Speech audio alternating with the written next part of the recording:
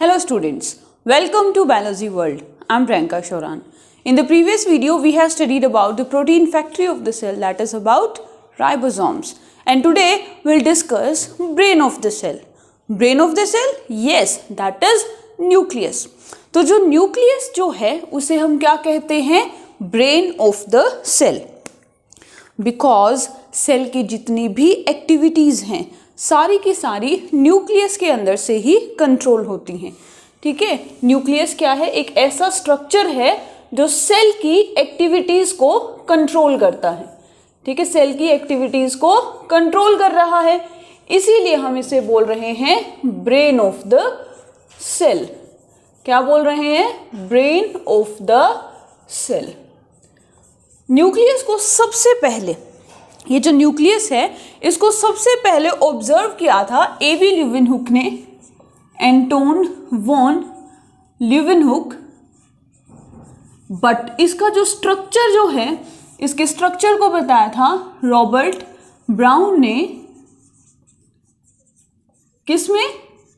In the root cell of orchid. In the root cell of orchid. Orchid की root cell में इन्होंने जो nucleus का structure है उसकी डिटेल स्टडी की थी. एक और साइंटिस्ट आते हैं हैमरलिंग. हैमरलिंग ने ये बताया था कि न्यूक्लियस के अंदर जेनेटिक इंफॉर्मेशन प्रेजेंट रहती है. जो जेनेटिक इंफॉर्मेशन है in the form of DNA, ये न्यूक्लियस में प्रेजेंट रहती है. ये किसने बताया था? हैमरलिंग ने. इन्होंने वर्क किया था एसिटाब्यूलेरिया पे. किस पे? एसिटाब्यूलेरिया. तो ये 3 नेम्स हैं, एवी Leeuwenhoek, then Robert Brown and then Hammerling. Hammerling ने क्या बताया था कि जो जेनेटिक इंफॉर्मेशन है वो न्यूक्लियस के अंदर प्रेजेंट रहती है, और इन्होंने वर्क किया था एसिटाब्यूलेरिया पे. ठीक है. Now, if we are talking about the structure और shape of the nucleus, तो ये usually oval shape ही होता है. oval या round shape होगा. double membranous structure है. कैसा है? double membranes होती हैं इसमें. न्यूक्लियस का जो नंबर है it can vary. like वैसे तो एक ही होता है, सिंगल पर सेल. ठीक है, सिंगल पर सेल. लेकिन पैरामीशियम में 2 न्यूक्लियस प्रेजेंट रहते हैं. जो पैरामीशियम जो है उसमें बाइन्यूक्लिएट कंडीशन होती है. 2 nucleus are present. One is micro and second nucleus is macro nucleus. कुछ ऐसी सेल हैं जिनमें अगर बहुत सारे मल्टी न्यूक्लिएटिक कंडीशन होती है, मल्टी न्यूक्लियस प्रेजेंट रहते हैं, सो ऐसी सेल को मल्टी न्यूक्लिएट सेल कहेंगे. अगर यही मल्टी न्यूक्लिएट कंडीशन कहाँ मिल रही है, कहाँ पाई जा रही है? अगर ये प्रेजेंट है एनिमल्स में, ठीक है, इसको कहेंगे सिंक्शियल. और यही अगर मिल रही है प्लांट्स में तो इसको कहेंगे सिनोसिटिक. ठीक है, सिनोसिटिक. तो ये 2 टर्म्स हम यूज करते हैं कि अगर जो ये मल्टी न्यूक्लियस मतलब बहुत सारे न्यूक्लियस अगर एनिमल्स में प्रेजेंट हैं तो उसको कहेंगे syncytial condition, for example muscle cell. और अगर यही प्लांट्स के अंदर पाए जाते हैं तो इसको कहते हैं सिनोसिटिक कंडीशन. न्यूक्लियस प्रेजेंट कहाँ होता है? न्यूक्लियस हर एक सेल में प्रेजेंट होता है. सारी यूकैरियोटिक सेल में मिलता है एक्सेप्ट सीव सेल. जो वस्कुलर टिश्यूज हैं उनकी सीव सेल में एब्सेंट होगा, और एक मैच्योर आरबीसी में भी एब्सेंट होगा. लेकिन जब यही दोनों सेल, सीव सेल और मैच्योर आरबीसी, जब यंग होती हैं तो इनके अंदर न्यूक्लियस प्रेजेंट रहता है. चाहे मैच्योर रेड ब्लड सेल है जब वो अपनी यंग स्टेज में होगी, या फिर सीव सेल जब अपनी यंग स्टेज में होगी, तो इनके अंदर न्यूक्लियस प्रेजेंट होगा. कब प्रेजेंट होगा? जब वो यंग होंगी. लेकिन जैसे ही वो मैच्योर हो जाती हैं, इनमें न्यूक्लियस डिजेनरेट हो जाता है. ओके, नाउ अगर हम बात करें कि पोजीशन की, तो एनिमल्स में जो न्यूक्लियस की पोजीशन है वो सेंट्रल है, बट प्लांट्स के अंदर वैक्यूल के डेवलपमेंट के कारण, किसकी डेवलपमेंट के कारण, वैक्यूल की डेवलपमेंट के कारण जो न्यूक्लियस है वो पेरिफेरी पे चला जाता है। कहाँ चला जाता है, पेरिफेरी, कॉर्नर में, क्योंकि वैक्यूल क्या करता है, पुश कर देता है न्यूक्लियस को। Next will talk about its ultra structure. Nucleus के अल्ट्रा स्ट्रक्चर के बारे में हम लोग बात करेंगे। And first of all will talk about its membrane. So जो न्यूक्लियस का मेम्ब्रेन जो है ये डबल लेयर्ड होता है। कैसा होता है, डबल लेयर्ड। ठीक है, 2 लेयर्स आपको नजर आएंगी। One is known as the outer membrane, that is, and second one is known as the inner membrane. तो आउटर मेम्ब्रेन हो गया, इनर मेम्ब्रेन हो गया, और इनके बीच में जो स्पेस जो प्रेजेंट होगा that is known as the perinuclear space. और ये जो मेम्ब्रेन्स जो हैं, आउटर मेम्ब्रेन और इनर मेम्ब्रेन, ये कंटिन्यू नहीं होती, इनके बीच में कहीं कहीं पोर्स प्रेजेंट रहते हैं। क्या प्रेजेंट रहते हैं, पोर्स। ठीक है, ये कंटिन्यूस नहीं होती, इनके बीच में आपको पोर्स नजर आएंगे। ये जो पोर्स हैं ये कहलाते हैं न्यूक्लियर पोर। क्या कहलाएंगे, nuclear pore. In nuclear pore का फंक्शन क्या है कि जो न्यूक्लियोप्लाज्म से, ये जो न्यूक्लियोप्लाज्म है, न्यूक्लियोप्लाज्म क्या है, जो मैट्रिक्स है, जो फ्लूइड है, इस न्यूक्लियस के अंदर जो लिक्विड प्रेजेंट है, जो मैट्रिक्स प्रेजेंट है, उसे हम बोलेंगे न्यूक्लियोप्लाज्म। इस न्यूक्लियोप्लाज्म में आरएनए, डीएनए, लिपिड्स, प्रोटीन्स, ठीक है, कार्बोहाइड्रेट्स, ये सब प्रेजेंट रहता है।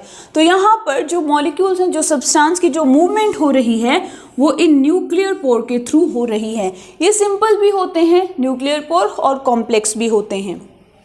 तो यहाँ से न्यूक्लियोप्लाज्म से साइटोप्लाज्म तक या साइटोप्लाज्म से न्यूक्लियोप्लाज्म तक जो मॉलिक्यूल्स की, सब्सटेंस की मूवमेंट जो हो रही है वो किसके कारण हो रही है, just because of the nuclear pore. What are nuclear pore? These are the tiny holes या tiny pores present between the membranes. दोनों membranes को, inner membrane और outer membrane को ये invade करके रखा है। दोनों ही membrane में ये pores पाए जाते हैं। So if we are talking about the nucleoplasm, that is the matrix, इसके अंदर क्या क्या present रहता है? तो इसके अंदर बहुत सारे thread like structures present रहते हैं, and these thread like structures are known as chromatin. क्या कहेंगे इनको, क्रोमैटिन कहेंगे। So these are thread like structures, ऐसे। और ये जो क्रोमैटिन्स हैं ये बेसिक डाई से स्टेन हो जाते हैं, तो इजीली हम इनको माइक्रोस्कोप में ऑब्जर्व कर सकते हैं। इनकी जो स्टेनिंग जो होगी वो बेसिक डाई से होगी। इन क्रोमैटिन्स के पास कुछ स्पेशल स्ट्रक्चर प्रेजेंट रहता है, that is known as nucleolus. Nucleolus, and this nucleolus was observed by Fontana. ठीक है, ये किसने ऑब्जर्व किया था, किसने इसके बारे में स्टडी की थी, फोंटेना ने। और ये जो न्यूक्लियोलस जो है इसके अंदर जो लिक्विड जो प्रेजेंट है, ये जो मैट्रिक्स जो प्रेजेंट है वो रिजेंबल करता है न्यूक्लियोप्लाज्म से। इस न्यूक्लियोलस में जो मैट्रिक्स प्रेजेंट है, जो लिक्विड प्रेजेंट है, वो एज इट इज होता है, मतलब उसकी जो कंपोजिशन है वो बिल्कुल सेम होती है न्यूक्लियोप्लाज्म से। और ये जो न्यूक्लियोलस जो है ये क्रोमैटिन के साथ अटैच रहते हैं एक पर्टिकुलर रीजन पे, that is known as NOR. That is known as NOR, nucleolus organizing region. ये नोर वो पार्ट है जहां से, ध्यान रखना, ध्यान से सुनना, नोर न्यूक्लियोलस का वो हिस्सा है जहां से राइबोसोम्स की, प्रोटीन्स की मूवमेंट होगी। कहां पर, न्यूक्लियस, ये जो न्यूक्लियोलस का मैट्रिक्स है यहां से क्रोमेटिन के पास। ठीक है, जो ये न्यूक्लियोलस जो है, ये न्यूक्लियोलस अपने राइबोसोम्स को, मतलब ये राइबोसोम्स की फॉर्मेशन कर रहे हैं, प्लस में कुछ प्रोटीन्स जो हैं इन सब की मूवमेंट करवा रहा है। कहाँ पे? न्यूक्लियोलस से क्रोमेटिन के पास। और यहाँ पे जो मूवमेंट हो रही है वो किसके कारण हो रही है? नोड रीजन के कारण हो रही है। आई बात समझ में? चलो अब क्वेश्चन आ जाता है, ये न्यूक्लियोलस बना किससे होता है? न्यूक्लियोलस के अंदर ग्रेन्यूल्स प्रेजेंट होते हैं। And one more thing, nucleolus के बाहर कोई भी आउटर मेम्ब्रेन प्रेजेंट नहीं होता है। न्यूक्लियोलस के बाहर इसकी कोई भी प्रोटेक्टिव मेम्ब्रेन प्रेजेंट नहीं होती है। और इस न्यूक्लियोलस की जो कंपोजिशन है, that is it is made up of granules and these granules are of RNA and proteins. So अगर इसकी कंपोजिशन पूछ ले तो आप लिखोगे न्यूक्लियोलस आरएनए और प्रोटीन से बना हुआ है। सो ये स्ट्रक्चर हो गया। इसके बाद हम बात करेंगे क्रोमेटिन की। क्रोमेटिन क्या है? क्रोमेटिन एक थ्रेड लाइक स्ट्रक्चर है जो डीएनए और प्रोटीन से बना हुआ है। यही क्रोमेटिन जब कंडेंस हो जाते हैं तो ये क्रोमोसोम्स बना लेते हैं। क्या बना लेते हैं? क्रोमोसोम्स। और इन क्रोमेटिन्स को, मतलब ये एक ऐसे वुल लाइक स्ट्रक्चर है, स्प्रेडेड वुल लाइक स्ट्रक्चर है, जिसको हमने ऐसे ही रैंडमली स्प्रेड कर रखा है, धागे की तरह ये नजर आते हैं। अगर हम बात करें क्रोमेटिन की तो दो तरह के क्रोमेटिन्स नजर आते हैं। One is euchromatin and second one is heterochromatin.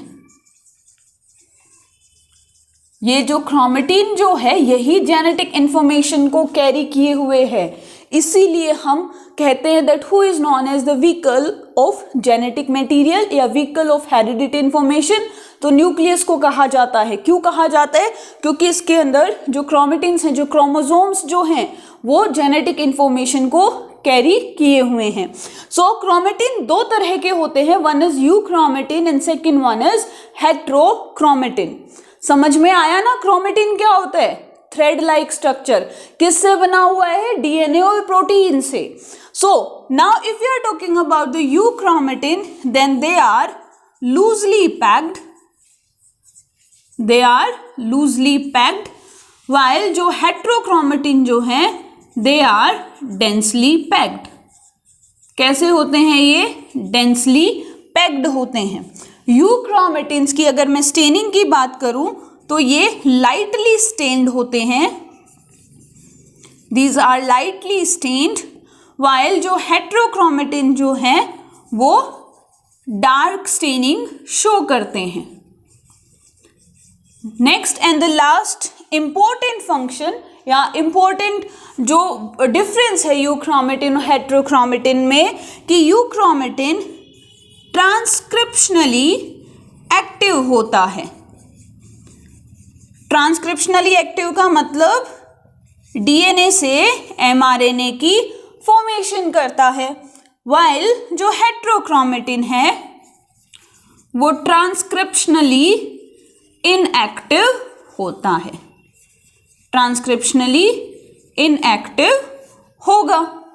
ठीक है, तो ये क्या था? This is the structure of nucleus, जिसमें एनवेलप है, न्यूक्लियर मेम्ब्रेन है, एक स्पेशल स्ट्रक्चर है जिसमें कोई मेम्ब्रेन नहीं है, नॉन एज न्यूक्लियोलस, जिसको फोंटेना ने डिस्कवर किया था। क्रोमेटिन्स हैं, न्यूक्लियोप्लाज्म है, न्यूक्लियोपोर प्रेजेंट रहते हैं। दो तरह के क्रोमेटिन्स हो गए। Now if we are talking about its function, तो फंक्शन में क्या है? पहला डीएनए जो कि क्रोमोसोम्स के अंदर प्रेजेंट है और ये जेनेटिक इंफॉर्मेशन को कैरी कर रहा है, इसीलिए न्यूक्लियस को कहा जाता है vehicle of genetic information. Second thing, इसके अंदर जो राइबोसोम्स बन रहे हैं, यही राइबोसोम्स आगे ट्रांसफर भी होंगे और प्रोटीन की फॉर्मेशन करेंगे। सेल की जितनी भी एक्टिविटीज जो हैं वो न्यूक्लियस के थ्रू ही कैरी की जाती हैं। डीएनए की रेप्लिकेशन है, डीएनए की रेप्लिकेशन है और ट्रांसक्रिप्शन है। डीएनए से डीएनए बनना और डीएनए से एमआरएनए बनना कहाँ पर हो रहा है? न्यूक्लियस के अंदर हो रहा है। डीएनए अपनी कॉपी कहाँ बना रहा है? न्यूक्लियस में। डीएनए से एमआरएनए कहाँ बन रहा है? न्यूक्लियस में। ठीक है, तो ये क्या थे इसके फंक्शंस। तो नेक्स्ट वीडियो में हम इसी से रिलेटेड एक और सेल ऑर्गेनली के बारे में डिस्कस करेंगे, दैट इज अबाउट क्रोमोसोम्स। ये जो क्रोमेटिन्स जो हैं, जब ये डेंसली पैक हो जाएंगे और ये हमें एक एक्स शेप या again a thread like structure की फॉर्मेशन करेंगे, that is known as chromosomes. तो इन क्रोमोसोम्स को हम डिस्कस करेंगे नेक्स्ट वीडियो में। So that's it for today. If you like my video then please share and subscribe my channel. Thank you.